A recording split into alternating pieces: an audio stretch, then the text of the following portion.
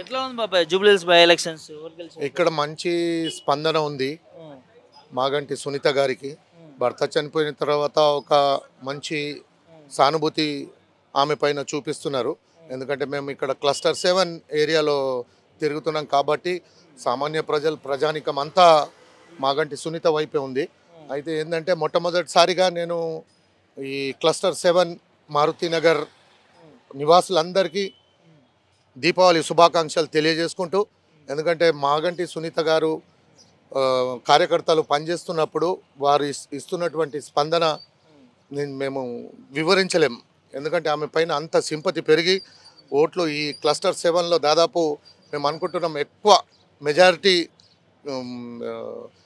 షేక్పేట్ డివిజన్లోనే వస్తుందని మేము ఆశిస్తున్నాం. ఎందుకంటే మంచి ప్రజానికం మంచి వాతావరణంలో ఆమె పైన చూపిస్తున్నటువంటి ఆదరణ అభిమానం మేము చెప్పలేనంత ఉంది. కాబట్టి ఆయన ఆయన ఆమె భర్త చనిపోయిన తర్వాత సునీతకు అండదండగా ఉంటామని వారు ఆదరిస్తున్నారు. ఆదరించి అత్యధిక మెజారిటీతో గెలిపిస్తారని కూడా ఆశిస్తున్నాం. మరి ఇదే మంత్రులు సునీతమ్మను అదే సింపతి మెయింటైన్ చేస్తున్నారు, కావాల్సుకున్న డ్రామాలు చేస్తున్నారు. ఆ కన్నీటి ఏడుపును కూడా వాళ్ళు రాజకీయం చేసారు. అది రాజకీయం వాళ్ళు చేస్తున్నారు.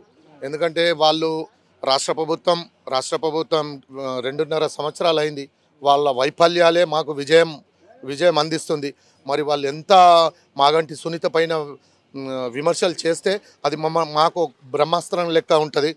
కాబట్టి సునీత గెలుపుకు దేవుడు తప్ప ఎవరు ఆపలేరు. ఇది జగమెరిగిన సత్యం.